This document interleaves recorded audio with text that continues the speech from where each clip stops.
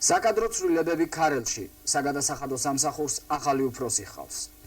ქარელის რაიონს ახალი საგადასახადოს უფროსი ხავს. ძველი ხელმძღვანელი მურად გელაშვილი ამ თანამდებობაზე 3 თვეც არ იყო. საერთოდ კი ქარელის რაიონში ბოლო პერიოდში რამდენიმე საგადასახადოს ხელმძღვანელი შეიცვალა. ყოფილი უფროსი მურად გელაშვილი დღესდღეობით უმუშევარია. ინტერვიუს მოცემაზე კი უარს ამბობს.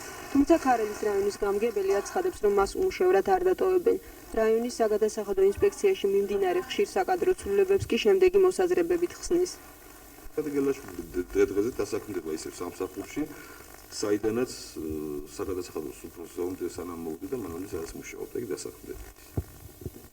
რაც შეეხება რამოდენიმე ხელმძღვანელის გამოსვლას, ეს ასეთი პირობებია დაყენებული შემოსავლების სამინისტროდანაც და თვითონ საგადასახადო დეპარტამენტიდან რესპუბლიკისა, იმ რაიონის საგადასახადო ინსპექცია, რომელიც გეგმას ვერ ასრულებს, საბიუჯეტო დავალებას ვერ ასრულებს, თავისთავად ხელმძღვანელის ხოლმე პასუხი და მაგის გულიზე იყო, რომ რამოდენიმე ხელმძღვანელი გამოიცვალა.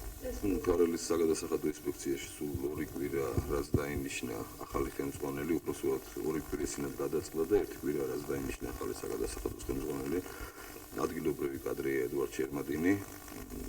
ეს ის პიროვნება, რომელიც წლების განმავლობაში მუშაობდა ჩვენთან რაიონულ გამგეობაში, ეკონომიკური სამსახურის ხელმძღვანელი იყო და არის ენერგიული ახალგაზრდა, საქმისადმი მონდომებული. იმასაც აღნიშნა, რომ სულ რამოდენიმე დღეა ჩაერთო ამ სამსახურში და